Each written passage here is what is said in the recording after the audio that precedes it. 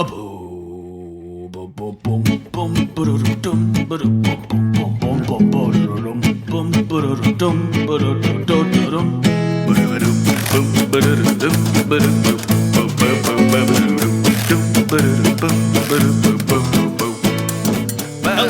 to another episode of Breaking Mayberry, the show that is not now, nor will ever be, sponsored by gimmicky manscaping products. I'm one of your hosts, I'm Marty Schneider. I'm the other host, Dan Ledwig.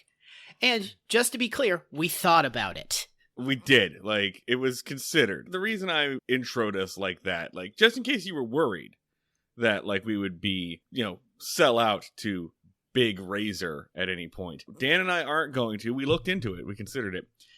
We've been targeted by some scammy products on Instagram lately, and they went to the Breaking Mayberry Instagram, which is dumb because nobody uses it, and they also found my personal Instagram, which is also dumb because I don't use it. But this comp has been reaching out to us, asking us as influencers, the big influencers that we are, if we would like a sponsorship. We are right in the realm to be sponsoring their product. And their product's name is, Daniel? Smooth My Balls. All one word. Smooth My Balls. Which is a stupid product. It's just, from what I can understand, it's razors. It's razors, but they're for your testicles specifically. And I think the only reason we considered it was because we would get to do ad reads. We would get to say "smooth my balls" multiple times a recording session. I mean, in a way, we're kind of doing their work for free now, but they contacted us through what I can only tell are Chechnyan bots. It was like a picture of a redheaded lady in a bikini would show up, be like, "Hey, you are perfect for a product." So good. I feel like there's definitely tiers of podcast sponsorship where it's you're that A class, you're getting NatureBox, Casper, Squarespace, all that shit. And then there's definitely the B tier, which is mostly Audible. There's the B tier, which is Audible, and then there's the C tier, which is dick pills, which is definitely oh, you're almost there. And now I didn't know that there's a D tier, which is us, which is getting targeted by Chechnyan scam companies.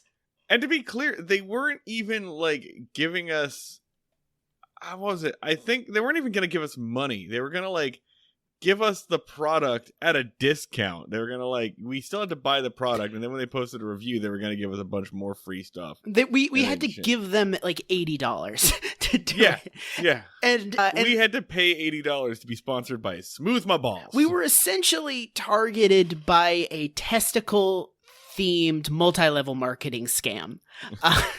So our podcast is doing great. More like Uncut Co. Yeah. It took me a sec, but yeah, man.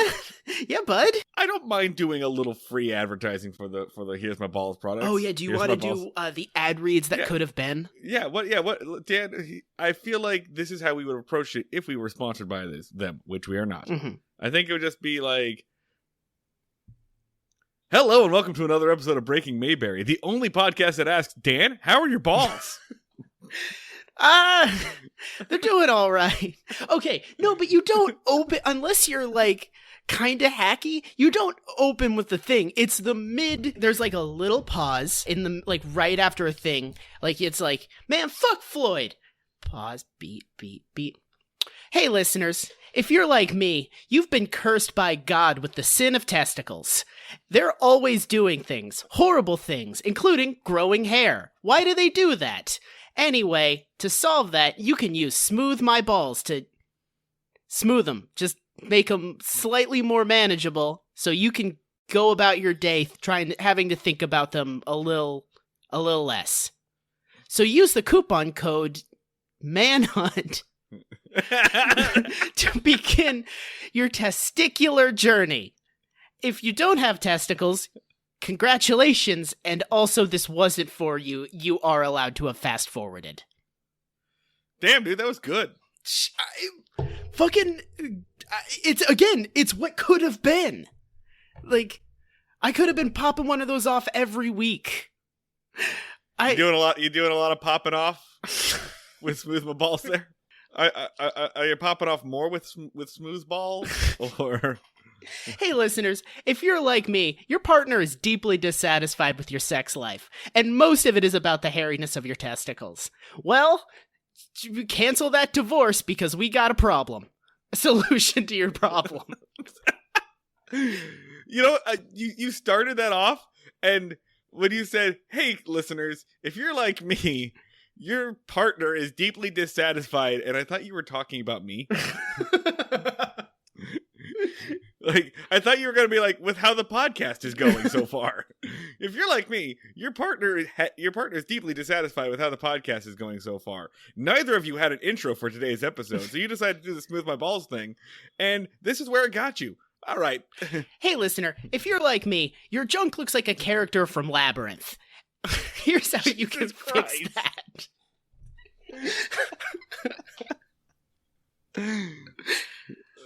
All right, I think that's good enough. Hey, listener. No. I'm out. All right, let's. Did we do intro? Intro time has been made. Enough time has been filled. Let's get into today's episode.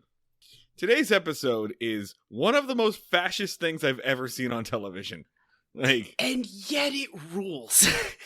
It's awesome and horrible at the same time. So we're skipping one episode. We're doing that thing where we're going to skip an episode and then come back with backup. So we're going to skip episode 15, Aunt Bee the Crusader. And today we're going to do season 4, episode 16, Barney's Sidecar. Originally airs January 27th, 1964. Directed by Kobe Ruskin. Written by Jim Fretzel and Everett Greenbaum. And here is your one-sentence summary from Wikipedia, which is so generic and vague, I absolutely love it. I might as well not even read it. But Barney gets a motorcycle for the sheriff's department and finds many uses for it. Your one-sentence summary from Wikipedia. Events transpire. I like the phrase, he finds many uses for it. Like it's a Swiss Army knife. He finds one use for it, and it's hassling people. If he finds exactly one use, it's not like he's like, oh, you got cat stuck in a tree there? Well, let me just motorcycle up there for you. Oh, you trying to hang up that paint in there? Let me just go ahead and motorcycle in this nail for you. Vroom, vroom. Hey, like, Barney, what you doing? Well, I'm using my motorcycle to open this can of creamed corn. He drives around and he tells people to fuck themselves at high velocities, it's incredible. The episode starts off so boring and shitty and then becomes awesome and a different, more important kind of shitty. All right, so how does this open, Dan? Okay. So the episode opens with an old lady coming into the station and complaining about a speeder. And she's like saying like there's this lady speeding up and down Route 6. She's wearing a green hat. And also my sister's ugly. The joke is that Andy's asking for details like, did you get a license plate? What kind of car is it? And this woman won't stop talking about frivolous details because women be talking, am I right? Yeah. Like, she calls her sister a beaver-toothed ugly lady and talks shit on dentists. Yeah, it's a nice little bit. A good part is when like Andy is like pushing her forcibly out the door and she starts to corner Barney. Don Knotts' facial expression is pretty great. Sure, sure. Wild bewilderment. So Barney being Barney is like, he's very interested in catching this speeding woman with a terrible hat. He wants to go set up, but really what he wants to do is exert his authority somewhere. But he wants to go set up a speed trap. He does point out like, hey, multiple people have complained about this specific speeder. Yeah, they're like, there's always people speeding on this highway. We should go do something about it. And Andy says, fuck that. I don't want to. So you do kind of have like these two evils of cops, which is like, I'm going to oppress you and I'm not going to do anything about your problem. Just like these elemental forces of cop. You know what? I just realized the previous episode, the episode that we skipped that we're not doing, is about a man being evicted from his home to build a highway. So in a way, the events of this episode are a direct result of that episode. Every third thing from the 60s through like 80s was about someone being dehomed or moved, or their lives are ruined by the creation of a highway. Like, I mean, that's true. That's when the American highway system was at its like most expansive. And people were pissed. Like, every third thing is like, I gotta solve this hard-boiled detective adventure. Oh, the highway did it. I mean, that's the plot of Who Framed Roger Rabbit. Yeah. Like, right? It was like a third of shit they had going on back then. Really, as soon as we stopped stealing land to build railroads, we were like, all right, time to steal that railroad land back and build highways. Yeah. They were like the common people were like, all right, finally that railroad bullshit is done. And then America just like cracked its knuckles and be like, who's ready to give us some land? All right, so anyway, Barney wants to go set up a checkpoint so that he can harass people on Route 9. He wants to set up a speed trap. Andy points out that he can't because he has to take the squad car to go somewhere. It doesn't matter. He wants to just go up to a farm. Yeah. For unexplained reasons. Almost certainly to chat with somebody. For sure. Or to go look for a still. Yeah. Because that's the only crime there is in Mayberry. So, and they have a little, like, tete-a-tete. Barney goes off on how important it is that they do this. And Andy goes, yeah, well, one car. So suck my dick. Suck my dick. Yeah. So, smooth my balls. Right? We should work that into our vernacular of telling each other to fuck yourself. Like, what do you think about that, Marty? Oh, well, smooth my balls, Dan. Get down on your knees and smooth them real good. So, this definitely has the most, like, genital jokes per minute of any episode we've ever done. We're going to see what we can do on that. It's early and we're already topping it. I think we can get more in. Anyway, so that's how the argument ends. The next scene is Barney, like, bursting in the next day, and he's got something to show Andy. He's like, come on, check this out. Look at this. Look what I bought at, he calls it like an army surplus auction? Yeah. Yeah. So he has purchased a World War I motorcycle with sidecar. He has purchased military hardware. I want to clear this up. Like, he has, and Andy goes, what? What the hell? And also, like, no one asked this, but, like, does Barney have access to, like, the Mayberry PD charge account or whatever? I think so. Did he pay for this with his own money and now he's just volunteering his own motorcycle to the... What? No, because they've made it abundantly clear Andy pays him dog shit. And right. he can't afford a car. He can barely afford a place to live. No fucking way he can afford a motorcycle. I don't care if it was at a military surplus store. That's That's still like a month's rent for him. At the very least, right? So he clearly took this out of the police budget. Yeah. Oh, I should point out, by the way, at one point in time in this episode, like immediately before doing this, actually, Barney whines about police being the most underfunded part of any city budget. Yeah. He has like a whiny bit where he says, oh, well, you like that. The police officers are the most underfunded, unappreciated part of any part of municipal budget. But when bullets start flying, they call us right in. It's the same whiny cop shit that we hear every single fucking day, except now they have all of the money. But do you think it was actually true back then? Like, do you Probably not. Yeah. It's not even true in the realm of this fictional world. No. Because he immediately goes and buys a motorcycle. And Andy is not concerned about the cost of this motorcycle at all. No. So apparently they've just got motorcycle money lying around. Yeah.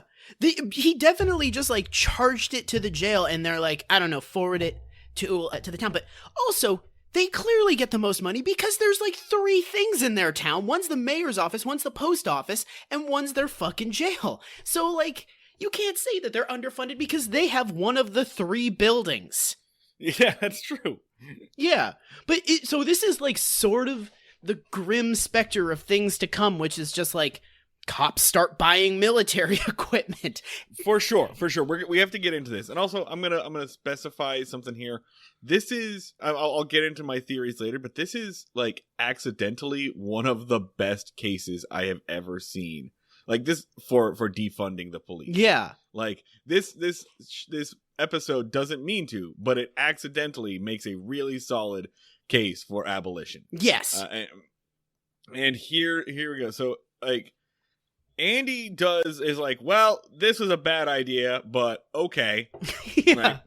He tries to gently dissuade him from riding a motorcycle around town on the basis of everybody's going to think you're a huge loser and make fun of you. Right.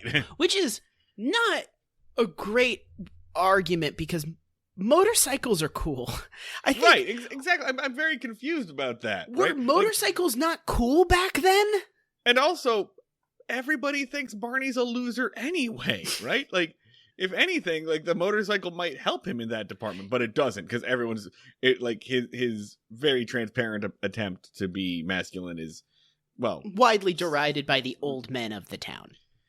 Like the very next scene, and I want to point out that as soon as Barney's butt touches that military leather, he goes full fash. Immediately. Immediately. The next scene is his incredibly fascistic march music we've commented on from the very beginning. You know, it's his like military march music, which is entitled Manhunt. Manhunt! We haven't done that for a while. So, okay. But he's hang on. We have to paint the picture here. Yes. He's driving his motorcycle with a little sidecar. He has attached not one, not two, but 3 American flags to the front of it. He is wearing not just a black leather jacket, because lots of people who ride motorcycles have black leather jackets, but like the most square-cut, square-shouldered, like Nazi-looking jacket I've ever seen. Yeah. It really feels like they just went straight across the lot to like the set of the Dirty Dozen and just grabbed something.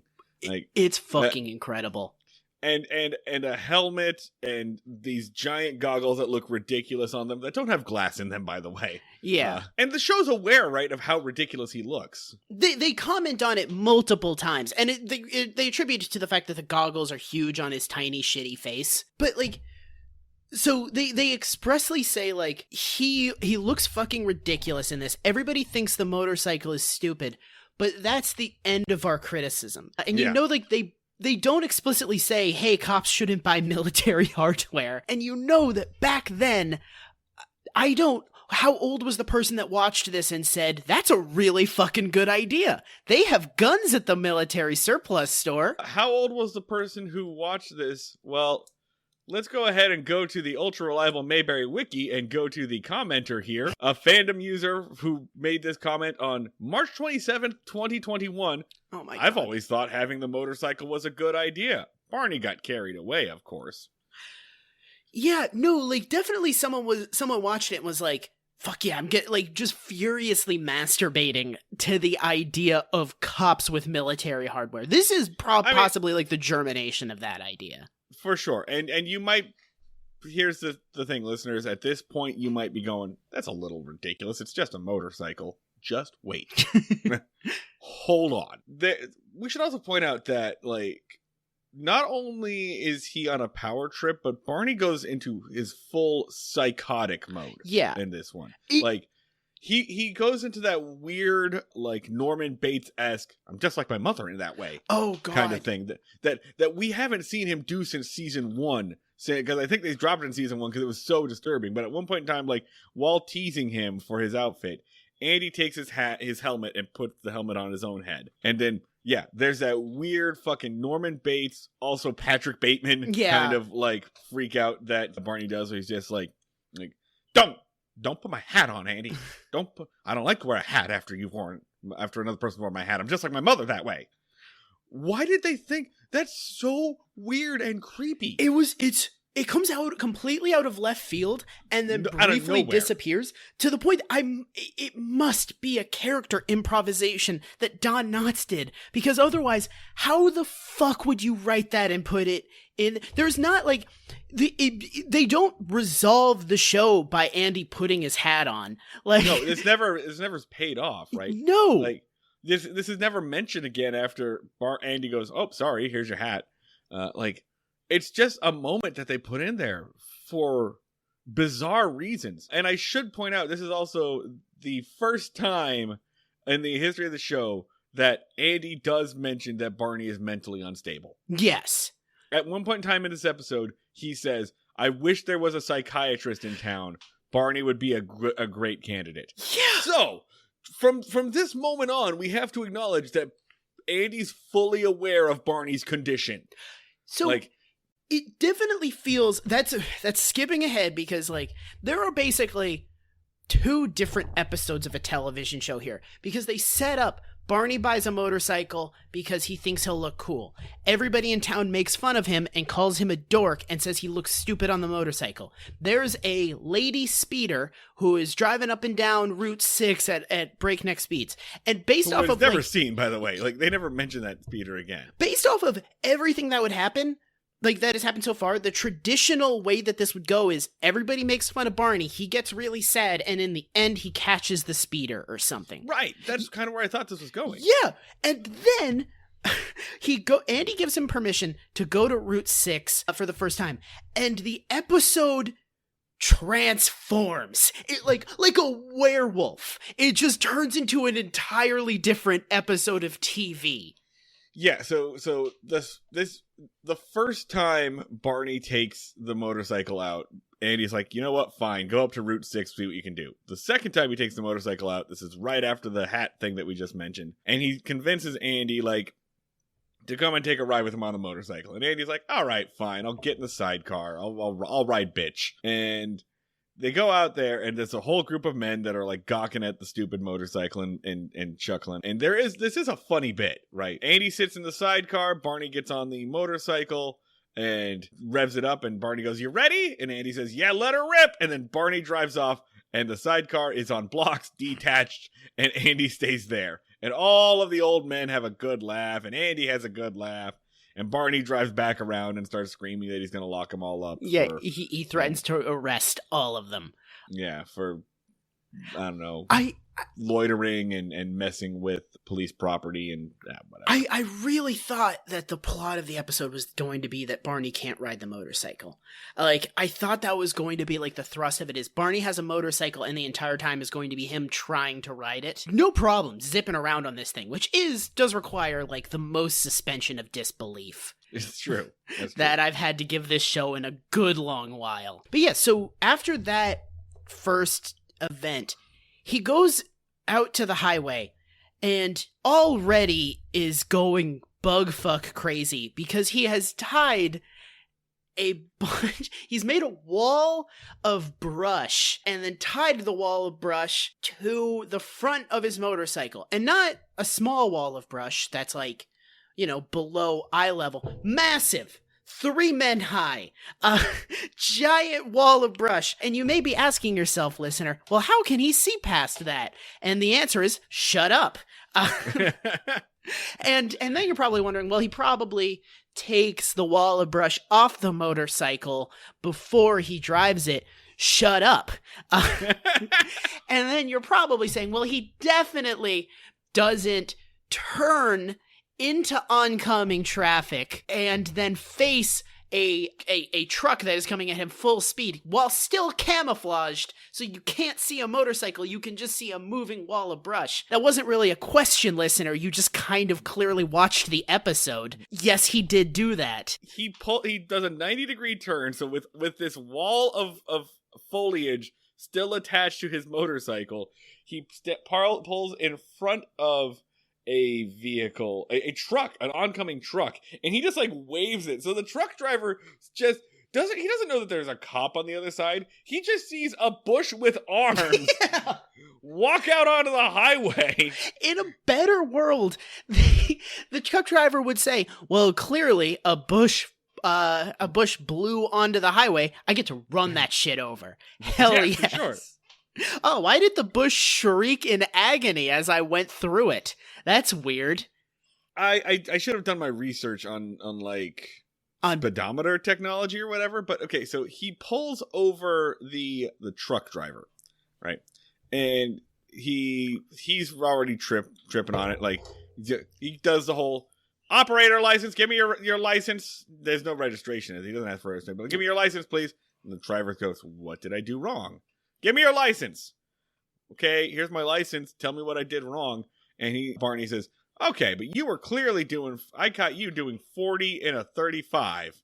We subtract one from the other. Looks like you're in violation by 5 miles per hour. Okay. First off, how did he know? Yes. Did he have a speedometer? And also, that's not how pulling someone over works. You can't pull someone over for speeding when you're in front of them. Yes. So we have two possibilities. So to dissect the scene, the truck is coming. Barney is behind a wall of shrubbery, and then he pulls in front of the truck and stops it. So yeah, he's facing the truck. I want to be very clear about this. So there is no possible way for him to know how fast the truck was going. Even if speedometer technology existed back then, don't think it fucking did, because that's like lasers and scanners and shit. So you can't pull someone over from in front of them. You can't tell how fast they are coming at you, especially not from behind a wall. So either A, these guys are dog shit writers, or B, yes, Barney was lying about whether he just guessed that the truck was going 5 miles over the speed limit, possibly on the basis of everybody's going 5 miles over the speed limit all the goddamn time. Oh, Dan, the radar gun was apparently invented in 1947. Good for them. So he may have had a speedometer in the car. I don't think he had one in his motorcycle. And again, the car has to pass you. And he's behind a wall. He is literally, he cannot see the speed of the truck. So here's the thing. The truck driver admits to it, right? He says, yeah, I was driving 35. I was driving 40, but we've always had an understanding. I need that extra 5 miles per hour so that I can get around like Tuckman's Pass. There's a mountain pass that he's coming around. So and he's hauling a big truck, so he's got to go a little faster there. And then Barney says, right, if I let you go 40 today, you're going to go 45 tomorrow. And then if you go 45 tomorrow, you're going to go 50 the next day. And then you'll go 55 the next day. And then where will we be? So I just want to point out that because Barney is exponentially adding offenses hypothetically into the future, regarding the speed at which a truck driver will take a mountain pass safely, Barney is making a slippery slope argument on a literal goddamn slippery slope. It's so dumb. And the guy says, I've been thinking about this all day. Please pay more attention to that. I don't know what to say about it. Yeah, the metaphor fucking like rears its head up and becomes extant and just is like, hey, God is self-aware of this moment. All right, we can continue. But fucking... Okay, so the truck driver says explicitly, your sheriff's department has given me permission to go 5 miles over the speed limit here. It has given all of us permission because... Oh, right, he pulls over a second truck immediately afterwards. He pulls over like 6 fucking trucks in a row. Yeah, and they all say like, we have permission to do this. So he doesn't give them tickets. I don't think he writes anybody up at any point in this. He basically just yells at people. So he keeps calling it Checkpoint Chicky, which is a Checkpoint Charlie. Checkpoint Charlie is a thing from Vietnam, I know. I don't know what Checkpoint Chicky is. Oh, it's just a reference to Checkpoint Charlie, I'm pretty sure. That's what I thought, okay. But yeah, so Barney gets back and says like, oh man, I had a great time out there. I told several trucks that they have to go slower. And Andy goes, I wish you hadn't done that. I told them that they could explicitly. And now they're going to be like really pissed and not able to get over that mountain pass. So fuck. And instead of saying so fuck, he should have said, well, go back out there and apologize to all the truckers. Yeah, literally all he says is, I wish you didn't do that. well, guess I'm just going to deal with it then and do nothing. Yeah. Well, it's just like, well, I guess this is life for those truckers now, is not being able to go over that pass because a little fuck might give them a ticket.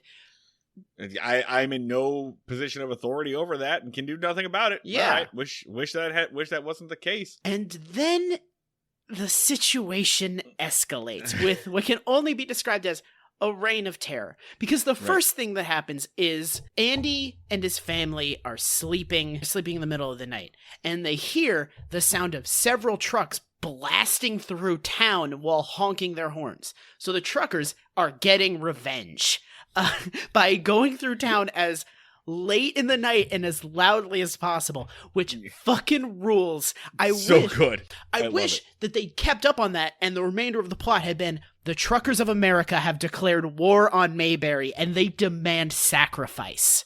Like, yeah, there's a real good calls for direct action here, and I want to get to one of those calls for direct action because I'm so excited to get to it. But we also get a montage. It makes it seem like the truckers are a faction. Like, oh, Barney, we negotiated that mountain pass in the Great War, the Trucker War of 1812. You know that they have the right to use that. We're next treated to a montage of Barney's reign. Right, he's like going around. What's he doing with the stick? He like drives and pokes every tire to check like tire pressure. Yeah. He's like poking or like checking. I think he's using the stick to check how far out they are, like so he can write a parking ticket.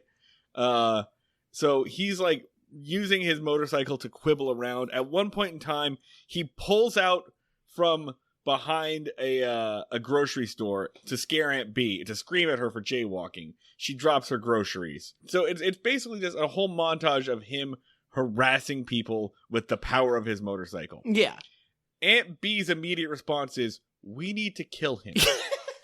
Okay, all right. Yeah, so this scene does, absent of political context, there is a scene that is Barney's reign of terror, which is just him tearing ass around town, almost hitting people left or right, weaving in and out of traffic, and yelling at people. And just like pulling up and yelling at people to move. That culminates with Aunt B crossing the street with a bag of groceries.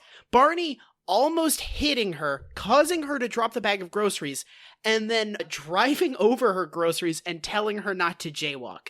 Which is, I think, the angriest we've ever seen Aunt B over the course of the show.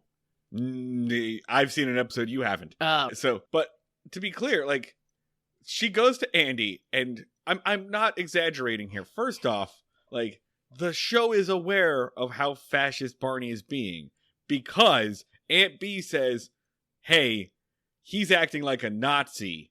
We should kill him like the Nazi. Yeah, I'm not exaggerating this at all. She straight up says, first off, they said the word Nazi on the show, so they acknowledge the war again. See, she says, like, in war pictures, the Nazis have motorcycles like the one he's on. And you know what they did? They tied a thin wire across two trees. And when the Nazis drove through them, it cut their heads off. And I am saying, no laugh track. We should fucking assassinate Barney. She dropped one bag of groceries. It took one bag of groceries for Aunt B to go full on fuck the police. Everybody was just on the edge of things where they're like, all right, so clearly Andy's not gonna fire him, because if he would, and you know what? This is tolerable. He's a nice guy. I kind of like him. The motorcycle took it over the point of tolerance. Yes, and they're like, and just to be clear, town, community, we will kill him if this escalates even a little bit. Like, I think that's just the unspoken thing. After a certain point, it's him or us, right? Yeah. Like, if you're a townsperson in the state of Mayberry, you're like, we gotta do this. And if you're gonna kill a sheriff's deputy, no better sheriff than Andy Griffith, because he's gonna look around briefly and be like, now who killed my deputy? Who beheaded my deputy in the middle of town? All right, I'm disappointed in y'all. And then just walk off. They're like, I'm gonna wait in my house. I'm gonna play my guitar, and I'm gonna wait for someone to come here and confess to this crime. And you know what? I'm gonna be mad for about 3 days if nobody does it. So you think on that. and just fucks off. But yeah, no, Aunt B straight up compares Barney directly to the Nazis and says that he needs to be murdered. And even Andy says, we don't want to kill him. We want to hurt him, but we don't want to kill him. Andy, that's how he talks the situation down. But and just, we have to clarify the living shit out of this. Andy is not like, Aunt B, murder? And he's not even like, Aunt B, come on. And he's not even like, hey. He's like, okay, I understand, but no. Like, he's like, I'm there. I had the same thought. We're all thinking it, but we shouldn't. This is one of those times when we describe something on the show, and I feel like I have to reiterate to the listeners, you can go watch this thing if you don't believe us. You shouldn't believe us because this is insane. It's like a different... This whole thing is psychotic. It's like a different show. It's like the Andy Griffith Show phase shifted into a different, grittier program briefly. This season is real fucking weird. This season is buck wild. Was Bob Sweeney the one keeping all these motherfuckers in check? Or like...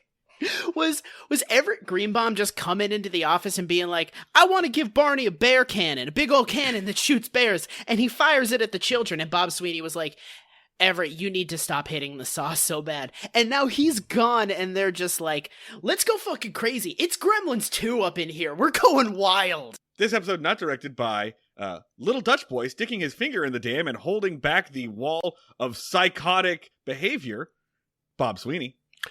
This episode was not directed by NPC store merchant in a Japanese RPG, Bob Sweeney. Fucking... That one was a little obscure for me. I don't know. I'm rusty at these. Get off my dick. You know why someone wouldn't get off your dick, Dan? If you had smooth balls. Yeah, no. People love a nice shorn testicle.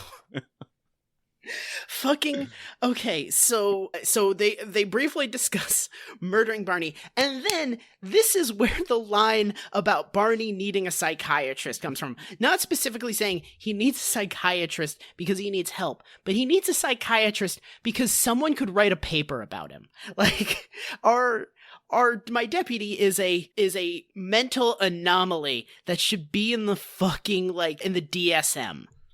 Don't they have, it's more than just a throwaway line, right? Where Andy's like, they should have a psychiatrist. I wish we had a psychiatrist. They could do a lot with Barney. Yeah. That'd be a great case study. And then they even, consider for a second. I'm like, I'm pretty sure there's someone in the next town. Yeah. So this, they do... They talk about getting him help and then go, that's about as hard as killing him. But this kind of... So I said, really early on when we were doing this, that this show is, Barney Fife is how police departments view, the crazy guy. And this is, not saying, do police departments have bad apples? But, police departments have, assholes, but they also have the crazy guy. Oh, the majority of them, honestly. Yeah. But if I'm going to be honest, ACABF. All cops are Barney Fife. It's pretty good. But there was what this all made me remember was one time in Philly, me and my friends were walking home drunk and I stepped on a police barricade and a cop saw that and stopped us and pulled us over and gave us a long lecture on civic responsibility and not stepping on police property. And he called backup to come yell at a couple of kids with him. And when the other cops showed up, they all clearly were like, fuck, it's Barry. Barry is doing some crazy Barney Fife bullshit again. And it just made me be like, oh yeah, this is that. This is oh yeah, the department has the annoying crazy guy that you barely tolerate. Before we get to the resolution of this, I should point out something we've forgotten is that Opie's been in this episode playing with a burning stick this entire time. I was consciously just breezing over that because if we did every single Opie has a soldering iron scene, this would have been 40 minutes longer. But we have to because it plays into the conclusion of the episode. So Opie has a wood burning kit. Right? Yeah. Which is, if you've never seen a wood burning kit, it's literally just a stick of metal that gets hot when you plug it in and you use it to, burn your initials in some wood, or some people create art with it. And I mean, I don't think it's something that I don't think it's something that you should really let a 7-year-old play with unsupervised. At one point in time, after unplugging it, so it's clearly still hot, he just unplugged it. Opie just tucks it like into his armpit with the like. So Opie's branding himself right now. But I'm assuming, I have to assume that off screen they had the conversation of like, hey, don't burn down our house. Because, and even after that conversation, Andy's placing a lot of trust in his fucking child because that kid is waving a soldering iron around. Yeah, later on in the episode, like right at this point, right as they're talking about killing Barney, Andy's like, hey, do you smell something burning? And Aunt B says, oh yeah, Opie was going to burn us some new numbers for our house.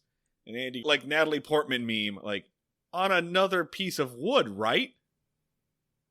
On another piece of wood, right? And he runs out, and Opie's just like burning a 3 into the side of their house. Just burning the number 3 in there. And Andy takes that pretty well, all things considered. Yeah, he just kind of goes, oh man, I wish you hadn't done that. Hey, you're getting pretty good at this though, supportive dad. Yeah. It's supportive dad, but also that weird, like, Xanax level that Andy seems to always be on for this season, where nothing seems to bother him, like, at all. Yeah, he's, like, he has achieved, like, a level of zen that you would have to, like, go to Tibet to achieve. Like, he has transcended all conflict and pain. Listeners, all right, you have an A-plot here. Mm-hmm. The A-plot is Barney on his power trip with the motorcycle. You have a B plot here, which is Opie has a new toy and a new hobby, which is wood burning, and he's getting okay at it, but he's also causing a little bit of like property damage around his house that he put. There is your A plot and your B plot. Listeners, I want you to pause this episode right now, go to @BreakMayberry on Twitter, and tell me how you think the A plots and the B plots are going to connect with each other in the resolution of this episode. Just please send that to me, because you are going to be wrong. So pause the episode right now, @BreakMayberry on Twitter, and shoot us like what you think is going to happen, how these two are going to connect. Okay, let's give him a sec. So how are your balls? We really should have bought that kit, man.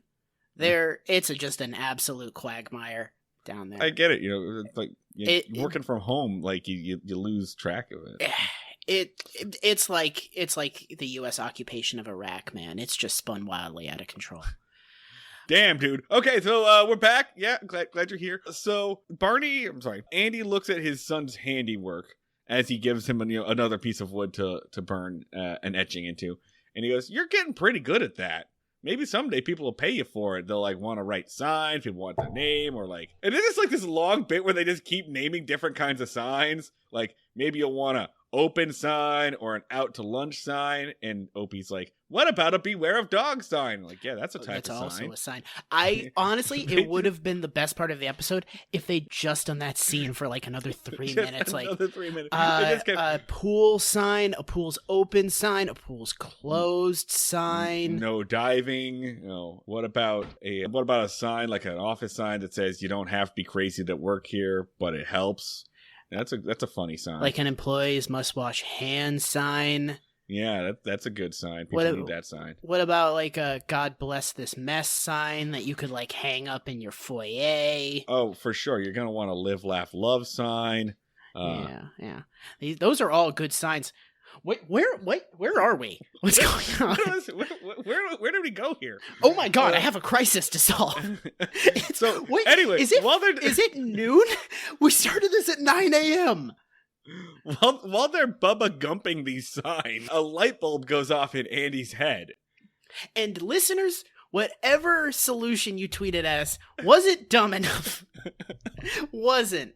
Because this is going to make me so pissed off. Because it does roll into the reoccurring theme. So, Andy wants Barney to fucking hate this. Fucking hate this so much. Dumb. This is one of the dumbest resolutions to a plot I have ever seen in the history of television. It is. I want to add, okay, so we have to blow through the thing he does. He plants a wooden sign in the sidecar of the motorcycle. How does this get revealed? Because he gets Barney to pull off the cushion. Yes, and he does it by saying, take the cushion off, wrap it in this plastic because your cushion is gross and I don't want to sit on it. Oh, hey, and then he like sleight of hands the wooden sign underneath where the cushion was, and he pulls out. He clearly planted it beforehand. I don't know. Oh, I thought he like had it under the tarp and he did like some magician shit. But he says like, well, look at this. This says that your motorcycle was instrumental in a really big World War I battle. That like a famous hero drove it across a river to kill a shitload of Germans. Yeah, to be clear, right, at this point, he's like, hey, did you see this wooden plaque here underneath the cushion? And like he pulls out, and it's a big old wooden plaque on which I guess Opie has written, like, here in 1918. Do I have the actual? I don't have the actual. I don't think you. It doesn't. The episode doesn't need it. It's because this is too stupid to warrant reading it verbatim. It says that the motorcycle is a historical artifact that from a military campaign, which gets Barney rock fucking hard. And then Andy says, "Well." Wait, no. Before you get into that, I need to explain how Andy explains the existence of this wood burnt plaque. Yeah. Because he says, boy, I bet you after they burst through that line, you know what they must have done? They must have gotten so excited after winning that battle, they heated up a bayonet and they burned this plaque here for posterity. Yes. That's how he explains the existence of this shitty wood burn plaque that his son made. Okay, so we need to get through the thing he does before we explain why it's stupid. And we need to do this. And it's just taking every iota of self-control I have. Okay. I'm getting out of your way. So. He says, well, this is a historical monument. And Barney says, yeah, it is. And he says, well, then it should be in the possession of the U.S. government. And Barney is like, oh, you mean it should be in Washington, the Smithsonian? And Andy says, no, because your first duty is to your town. So you need to donate it to our local veterans office. The veterans of World War I deserve to have it. We will give it to them and it will be decommissioned. And Barney goes, yeah. And the episode plays it off like he's a good fucking guy for being willing to give away his motorcycle that he's had for a week. So Andy's solution is to lie to veterans. Okay, that's it. That's the solution. What the fuck is wrong? Okay, first thing. Remember when we thought the cave thing was the most ridiculous way that Andy avoided confronting Barney's feelings to solve a problem? Well, it's number 2 now because he just had to there's so many ways to take the motorcycle away from Andy. 1, I'm your boss. Give me the fucking motorcycle. 2, oh no, a car just hit your motorcycle. 3, I just hit your motorcycle with a hammer to the point that it's non-functional.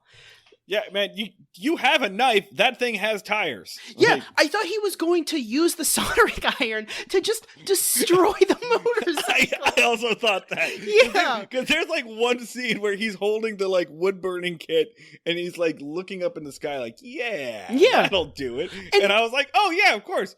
You're going to burn out Barney's eyes. Yeah, clearly that's the plan there. And I know none of those solutions are good television, but neither is burning a fucking sign. They're... Or destroying a motorcycle would be better. I'm sorry, I stepped on what you were saying there. No, I'm done. You yell now. May I also point out, this doesn't solve the problem. Because there's more than one motorcycle in the world. He's just gonna buy another fucking motorcycle. He can go get another one. This solves nothing. Yeah. You just lied to a bunch of veterans and gave them something that, just gave a motorcycle to the VFW, who I guess they should probably sell it and pay for insulin. Also, the motorcycle was not inherently the problem. The motorcycle just enabled Barney to be himself faster and more. Like, he was just, it just made him omnipresent. The people's problem wasn't like, well, the motorcycle's too loud. It's that, hey, Barney Fife has gotten a +1 to agility, and he's all up in everyone's shit. Like that's the problem. It's like he doesn't even need another motorcycle. He can get a skateboard, and the problem is still there. He can get a literal bicycle. And the thing is, the show is aware of this. The show knows that this didn't solve the problem. So the next scene is Andy getting a call from Barney, who has once again gone to the army surplus auction. And he doesn't even find out what's going on. He hangs up. He's like, oh God, what did Barney do now? And he starts hauling ass down to the auction. He sees a tank. It's not a tank, but for all purposes, an armored vehicle driving down the highway. And he pulls over this armored vehicle. He's like, Barney, get out of there! Barney has gone far enough. And then, like, an actual military general pops up and goes, what the hell's your deal, Sheriff? We're already late for this military display. And he's got to go, see, my deputy, he bought this motorcycle, and I thought maybe he bought a tank, too. Bye. Okay. And that's the end of the episode. And the end of the episode is like, oh man, I sure have egg on my face. And it's like, I wanted to stop the show and be like, no, motherfucker. You thought that your deputy had the resources and ability to buy a tank and drive it down a fucking highway. This is not even close to over. Like, he is... Ultra reliable Mayberry Wiki tells me that it is a modified M3 half-track. If that means anything to anybody. Yeah. If we have any military enthusiasts in our listeners, which I'm going to reserve... Yeah, I'm going to reserve judgment on. But yeah, fucking... Like... It's insane. It's insane because the problem is so easily solved, and they have to awkwardly work in woodworking into the solution. Not even woodworking, wood burning, a different skill. Which you didn't need a soldering iron. You could have just written a note and been like, this is a historical artifact, and put it in the fucking motorcycle, and Barney would have been like, well, I have the intelligence of a fucking chimp, so I believe this completely. Like, you didn't... They didn't need to be a plank of fucking wood. None of this needed to be anything. Like, this is... And Andy goes out of his way to protect Barney's feelings, except when he doesn't feel like it. Except when hurting Barney's feelings doesn't make anything better. Because he'll just hurt Barney's feelings. Like, they'll just be standing around and Andy will just go like, hey, you're a chinless bitch. And Barney will be like, I'm emotionally devastated. And Andy's like, good. And then the townspeople are like, hey, can you have a mildly uncomfortable conversation with Barney that would result in me not almost being killed with a motorcycle on a daily basis?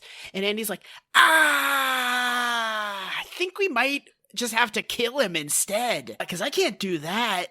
Like, it doesn't make any fucking sense. It makes no goddamn sense. Because this is the most that Barney has. This isn't just Barney is more inconvenient. Barney is like an active and present danger to the community. When people are yelling at Andy in his office, they specifically say he's gonna fucking kill somebody. Right. Yeah. They are very clear that he is a menace. Like, they show it. I'm surprised that they were able to film this because Don Knotts very nearly hits people with his motorcycle as they are walking. Like, if they timed that a little worse, that fucking old lady would have died. Oh, God. It's weird. This is a milestone in our show, in the Breaking Mayberry verse, and also in the Andy Griffith Show. Because, to be clear, from this point on, there is no more plausible deniability. Yeah. Everybody is, including Andy, is fully aware of what Barney is and what danger he possesses. Yes. Right. There's no more deniability. It's now become sort of a, like, if Batman doesn't kill the Joker, is he responsible for all the Joker's murders kind of deal. Like, the writers are explicitly aware that Barney is mentally unstable. Like, we've always kind of wondered, like, do they think this is fucking normal? Like, do they think this is, like, normal and okay for a human being to have this brain? And now it is very clear that, no, they know that this is fucking insane bullshit, and they're, like, thumbs up. Yeah, so there it is, like, plausible deniability gone. We have all just like, gotten to the point where we're like, yeah, we know that he's an unstable fascist. The rest of the show will feature an unstable fascist that everyone's fully aware of, and we're all just gonna chill with it. Yeah. The people... And to be honest, all right, point Andy Griffith's show, because turns out we're actually a lot more chill with unstable fascists just hanging around society than, like, we should be. Like, I mean... Fair enough. Like, good point, Andy Griffith's show. In terms of the FIFO-meter, to get to that early, you can make a fucking... This is more of a case against the show, but this definitely was, like kind of inoculated people to American fascists, because it's like, hey, like, here's your, like, little Furby American fascist. Like, isn't he cute? Look what happens when you poke him. Like, if you pull his cord, he goes, I'm gonna fucking murder your family. Like... And back to my earlier point where I said that this is accidentally the best abolish the police argument that I've seen in a long time, right? The solution that Andy comes up with, not a solution, the solution that he comes up with is a reform. He does some police reform, and he reforms it back to the situation that it was before. Yeah. Right? This episode explicitly makes the statement that this police officer is already unstable. We already know this police officer is unstable. We already know that he has a small ego, and now we've given him military hardware, and they are all aware of this. They dressed him like a fascist on purpose. Aunt B calls him a Nazi, like, on purpose. So the show is very much aware of this. And they are also very much aware at the very end that the weak-ass half-measure reform that Andy takes does not work and will not take. And Barney's going to be back to his old tricks next week because, as you pointed out, the problem isn't the motorcycle. The problem is Barney. Yeah. Right? So, this is, like, the best argument we can extrapolate this out. And it becomes the best argument I can come up with to, like, yeah, you should just get rid of things. And another thing that we should fucking, like, talk about is the context around this episode. Because as we've mentioned a couple of times, shit's kind of popping off right now. The Vietnam War is happening. People are getting a little unresty. Things with the cops are not super chill and awesome. Especially not in the South. No. People are kind of getting a little anxious, and the Andy Griffith Show pops in, and it's just like, oh, don't worry about them fascists. You just gotta take away their motorcycles, and it's all fine. Don't you worry. Everything's gonna be okay. Your fascist here, he's cute and cuddly. Fucking Barry Goldwater just announced that he's running for president. That's where we are in, like, history. Yeah. So. Fucking A. Like... Okay, so are we done? Do we... I feel like we're done. Okay, ratings. Andy Meter. Do we like this? It's great. It's a great episode.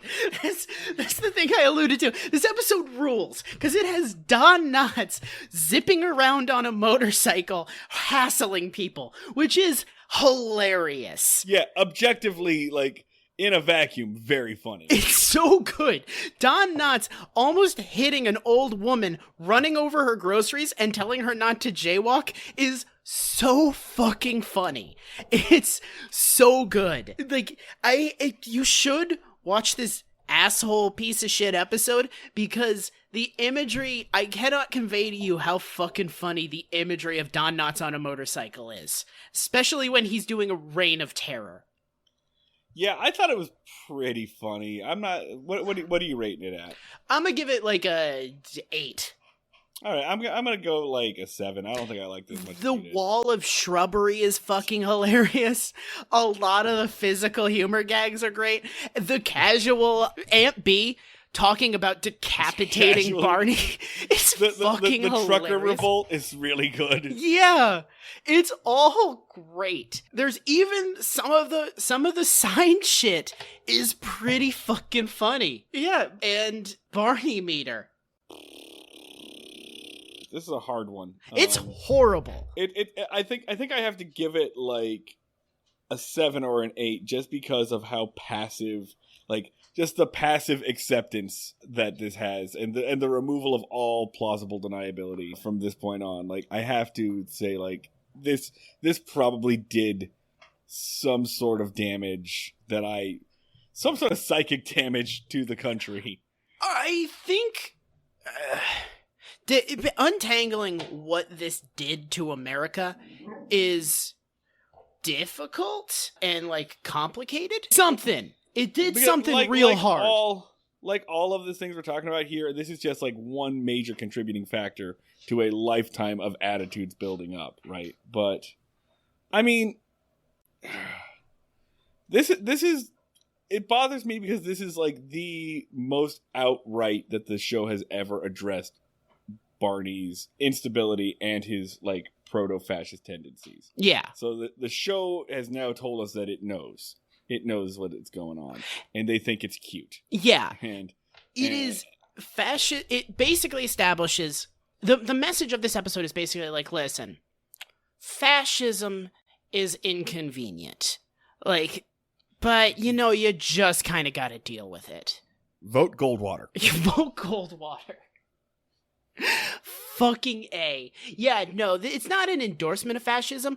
It basically says like, hey, fascism sucks, but it says fascism sucks the way like things are like, school sucks. Or more specifically, Dan, I think it's more like, yeah, fascism exists in the US Police Department, but it's relegated to like this one guy. It's relegated to like one guy in every force. So, it's more than anything, it's really the bad apple kind of thing. Right. Like, here's this one bad apple, and we don't need to worry about doing anything about it because there's no way that'll spoil the whole bunch. Well, because, all right, the Andy Griffith Show does a thing where it establishes like an unspoken fundamental reality, where there's like, because the fact that confronting Barney and telling him to stop hassling people while on the motorcycle, they don't say like, well, here's why we can't do that. They just don't even address it as a possibility. So they're like, we need to find a way to work around dealing with this situation in any meaningful or healthy way. Make a sign. Oh, God. All right. So I have nothing left except frothing rage. So yeah, this tank is empty. Gas tanks, you can put sugar in them. That's another way. Oh to take my that God! They could have just destroyed the motorcycle. That would have been so much better. It would have been so, not just in terms of like morally, but in terms of a TV show. I mean, it would leave you with the exact same problem that Barney can just go get another one. But like, at blow least it that would have been one entertaining. up. Yeah. Just keep blowing them up until he stops buying them. Oh my God, if the rest of the series just had like a recurring gag, like what if there was just a recurring joke from now on that every like 10 episodes or something, Barney gets a new motorcycle and it's always trashed by the end of the episode. What a great recurring bit that would be. Or you do it all in this episode and they blow up Barney's motorcycle and he's like, well, Andy, I bought another motorcycle. Card cut. They've blown it up again. And I was like, well, third time's the charm with my motorcycle. I think it must have been the carburetor on fire. Yeah. Just like they keep destroying the motorcycles until he's like, well, I'm destitute. That noise that was just in your ears was like a truck horn hitting that motorcycle. I don't know if that was clear. Really not good at this whole audio medium thing after 90 episodes. I think that's about it for us. As always, you can find us on the internet, twitter.com/breakmayberry, facebook.com/breakingmayberry, Instagram Breaking Mayberry. Please get in touch with us if you are not a Russian hackbot trying to sell ball shavers. I should say on the last thing on the subject, we will sell out. The drop of a fucking hat. Come at us. Just something slightly better than Smooth My Balls. And baby, we will advertise your bullshit. We have no scruples. I'm on the internet as Schneid Remarks, SCHNEID Remarks. The music you just heard and the music you heard at the beginning and are about to hear was made by Max Ludwig, who is on Twitch as @SleepTalkie. Thank you once again to all of our Patreon subscribers. We have new bonus material up for you, if not now, very soon. And you can all get on board with that. We are just like, I think 1 or 2 patrons away from having to do a live stream of old public domain TV pilots. That's going to be a fun time. So yeah, patreon.com/BreakingMayberry. That's it. Thank you all for listening and for tuning in and for sharing with your friends. We'll see you all down at the fishing hole.